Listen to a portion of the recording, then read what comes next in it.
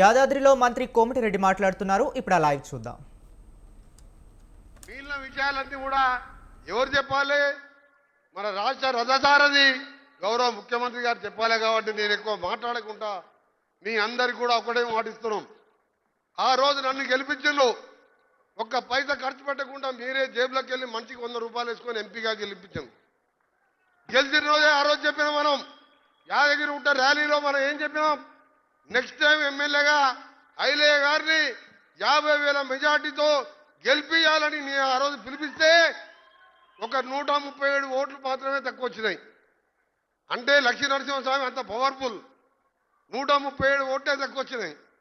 ఆ విధంగా కష్టపడ్డ నాయకులు మీ అందరికి కూడా అండగా ఉంటామని, ఈ ప్రాంతాన్ని అభివృద్ధి చేస్తామని, ఎంపీగా ఉన్నప్పుడు 100 కోట్లు పెట్టి జీడికల్ ఫ్లైఓవర్ కానీ, వంకంపల్లి ఫ్లైఓవర్ కానీ, ఇక్కడ ఏ కార్యక్రమం ఉన్న పిఎంజేఎస్ఓతో కానీ దాదాపు 200 సార్లు ఎంపీగా నేను రావడం జరిగింది మీ దగ్గరికి. ఐలయ్య గారు ఏ చిన్న కార్యక్రమం ఇచ్చినా రావడం జరిగింది. ఏ ఇంట్లో సంతోషం ఉన్నా, ఏ ఇంట్లో బాధ ఉన్నా ప్రతి కుటుంబంలో మీలో ఉన్నాం. అందుకనే నాయకులు అందరూ కూడా ఉన్నారు. నేను ఒకటే మీ అందరికీ మాటిస్తున్నాను, తప్పకుండా చెప్పిన కార్యక్రమాలు, చెప్పని కార్యక్రమాలు మన ముఖ్యమంత్రి గారు, సివిల్ సప్లై శాఖ మంత్రి, మన జిల్లా వాస్తవ్యులు, నీటిపారుదల మనం మేనిఫెస్టోలో సన్నపి చేపిస్తామని చెప్పలే.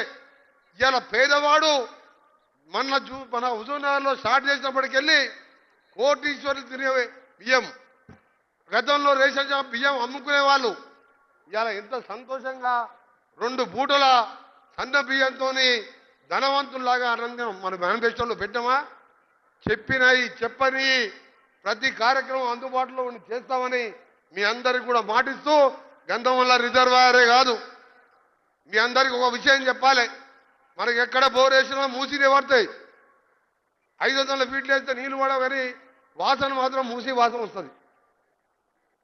మనం ప్రభుత్వం రాకముందే చెప్పినాం, ఏ ఊర్లో కూడా మిషన్ భగీరథ పైప్ లైన్ ఏమేలే. నేను వెంటనే మన సీతక్క గారికి చెప్పినాం. ఆ తర్వాత గౌరవ ముఖ్యమంత్రి గారు చెప్పగానే 210 కోట్లు శాంక్షన్ చేయడం, నేను సీతక్క గారు వచ్చి మన యాదగిరిగుట్ట స్వామివారి పాదాల దగ్గర శంకుస్థాపన చేసినాం. 60% పనులు కూడా అయిపోయినాయి. వచ్చే 3 నెలల్లో ప్రతి ఇంటిని కూడా మంచినీళ్ళు ఇస్తామని, గెలిచిన 2 నెలల్లో 210 కోట్లు తెచ్చుకుంటూ ఈ ఐలయ్య గురించి చెప్పాలంటే చాలా టైం పడుతుంది. వారు పుట్టినరోజు సందర్భంగా మళ్ళా ఎమ్మెల్యే గెలిపిస్తారు మీరు. కానీ ఆయన ఎంత పట్టుదల అంటే, ఒక పని ఉందంటే పట్టుకోడు. మొన్న కాలువలు సగం వదిలిపెట్టిపోతే రాత్రి 11 గంటలకు నన్ను పెద్దలు తుమ్మలు నాగేశ్వరరావు గారిని తీసుకుపోయి ఓ కెనాల్ దగ్గర నీళ్ళు వదిలిపెట్టించిండు. 2 మిషన్లు కిరాయి తీసుకొని 90 లక్షలు సొంత పైసలు ఖర్చు పెట్టుకొని 90 గ్రామాలకు ఈసారి పంటలు ఎండిపోకుండా నీళ్ళు అందించిండు. కరోనా సమయంలో నేను కూడా వచ్చేవాడిని.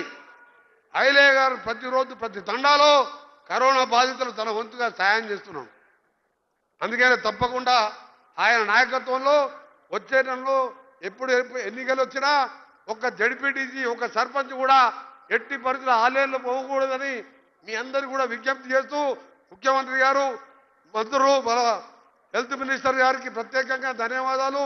ఇన్ఛార్జ్ మినిస్టర్ గారికి గోడౌన్స్ ఇచ్చినందుకు, ఉత్తమ్ కుమార్ రెడ్డి గారికి, ముఖ్యంగా చామల కిరణ్ రెడ్డి గారితో పాటు మీ ప్రియతమ నాయకుడు రాజగోపాల్ రెడ్డి గారు మన పార్లమెంట్ ఎన్నికల్లో మీకోసం ఏ విధంగా కష్టపడడం మీ అందరికీ తెలుసు.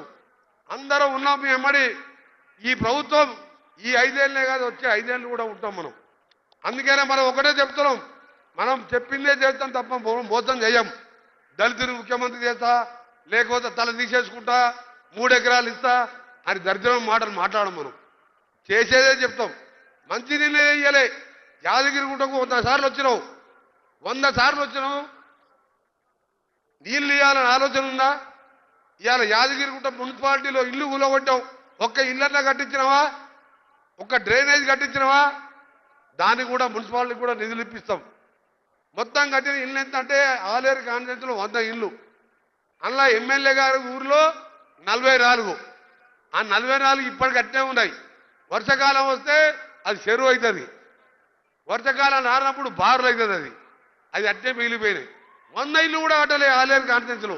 ఇవాళ 5 లక్షల రూపాయలతోని, 5 లక్షలు అంటే మామూలు విషయం కాదు, 5 లక్షలతోని ప్రతి ఊరూర ముగ్గు పోసుకుంటూ ఆ పేదోళ్ళ ముఖాల సంతోషాలను చూసుకుంటూ ఇందిరమ్మ ఇల్లు పునాదులు పోసుకుంటున్నాం అంటే ఇది అది అసలైన ప్రజాప్రభుత్వం తెలియజేసుకుంటూ మరొకసారి ఐలయ్య గారికి జన్మదిన శుభాకాంక్షలతో పాటు వేదిక మీద ఉన్న సహచార మంత్రివర్యులు పొంగులేటి శ్రీనివాసరెడ్డి గారికి ప్రతి ఒక్కరికి పేరు పేరున, ఎందుకంటే ఇంకా ఉత్తమ్ కుమార్ రెడ్డి గారు మాట్లాడిన తర్వాత మన ముఖ్య అతిథి ప్రియతమ ముఖ్యమంత్రి గారు మాట్లాడతారు. ఇంకా వారికి హైదరాబాద్లో వేరే ప్రోగ్రామ్స్ ఉన్నాయి కాబట్టి మీ అందరూ కూడా తప్పకుండా మీ అందరికీ అందుబాటులో ఉండి సేవ చేస్తామని మరొకసారి తెలియజేసుకుంటూ అందరికీ నమస్కారాలు. జై హింద్.